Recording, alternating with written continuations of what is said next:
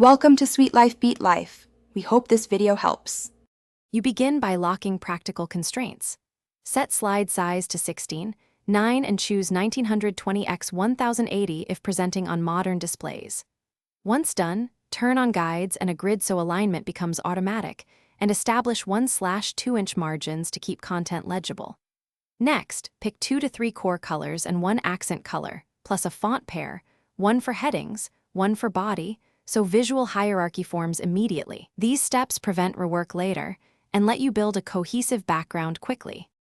Now you add depth by working in layers. Start with a solid or gradient base, then apply a subtle texture or noise layer, and finish with a focal overlay where content will sit.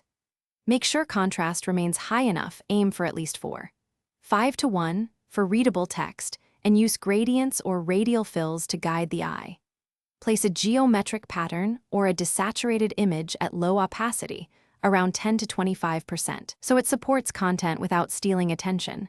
This creates polish and focus. Finish by testing your background full screen on the actual display you will use.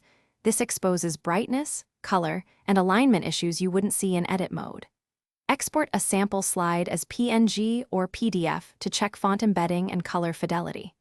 Once satisfied, apply the master slide so all content inherits the background.